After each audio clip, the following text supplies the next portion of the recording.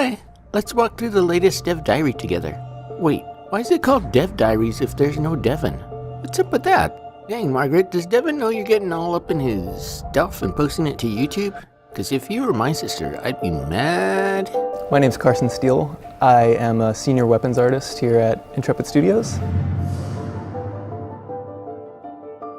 Stop. Okay, this is what Carson does. He's in charge of making highly detailed weapon models. He's in charge of the story and lore behind each weapon. He creates customizable weapon details. And he created a next-gen workflow to produce each weapon.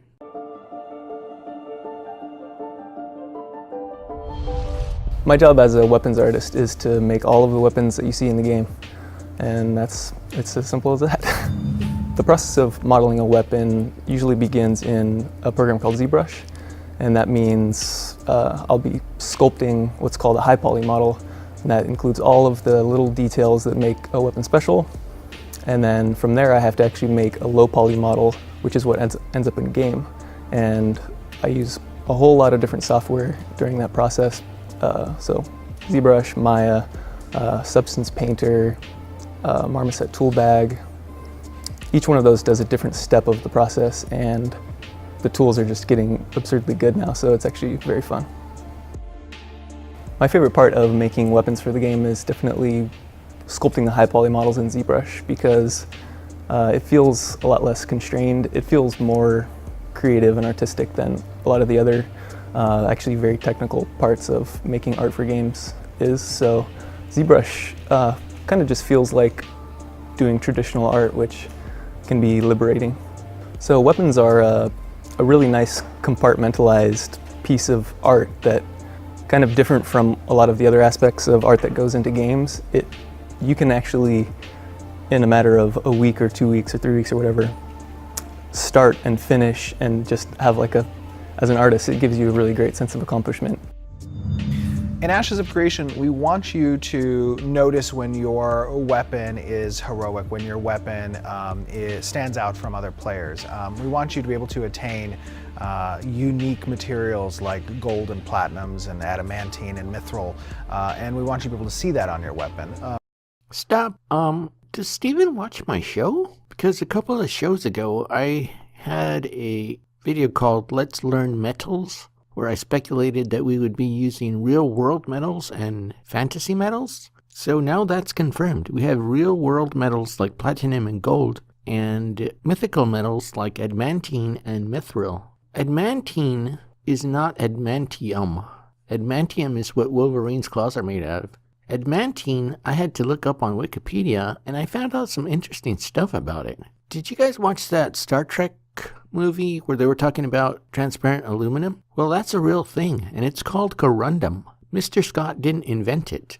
Adamantine is a type of corundum, which is transparent aluminum. It's made out of aluminum and oxygen, and it is a gem, not a mineral. So looking at this photograph, the gem in here is probably a runic stone made out of adamantine. So adamantine has a hardness of 9 on the hardness scale, which makes it as hard as diamond. So that's something really cool about runic stones. Do you think Steven actually did all this research and thought about every tiny detail? He said he's been thinking about the game since 2008. That's 11 years. If he'd thought about all this stuff, that's kind of mind-blowing. What the heck? Not having these oversized weapons or high effects driven kind of weapons. Yes, there will be effects, and yes, that will be a component of distinguishing your weapon from others, perhaps in enchanting and whatnot. But I think generally the weapon itself is going to have a natural progression that players can see as they move up in levels, and it's also going to have some unique aspects to it that kind of set it apart from the other weapons in the world. Some of the cool things that Carson has been doing with the creation of our most recent weapon sets is kind of customizing their appearances to reflect the different cultures and races in the game, adding subtle influences that can be distinguishable from other weapon types based on what culture you may want your weapon to espouse or to show. That's kind of a cool way to add diversity among the different weapon groups that exist, and we have a lot of different types of weapons that are capable of being used in Ashes, and having that that subtle difference available grants the kind of diversity we want to see among all the different weapon groups. And it's not just about weapons. You know, part of the cool thing that we're aiming to do with characters in Ashes of Creation is having First look, backpacks. Let's stop here and take a good gander.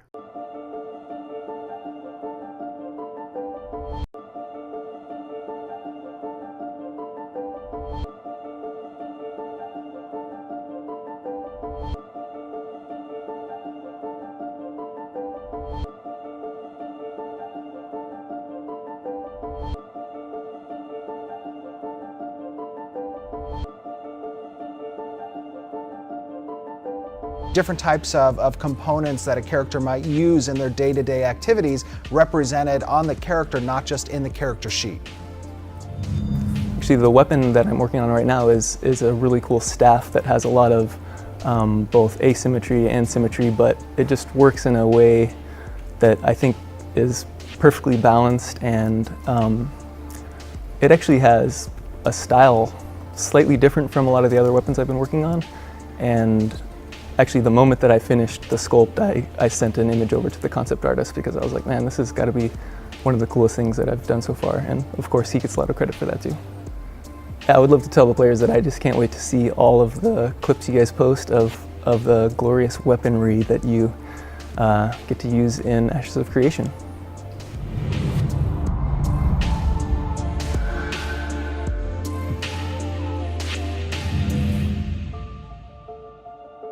Well, what did you think about the latest dev diary?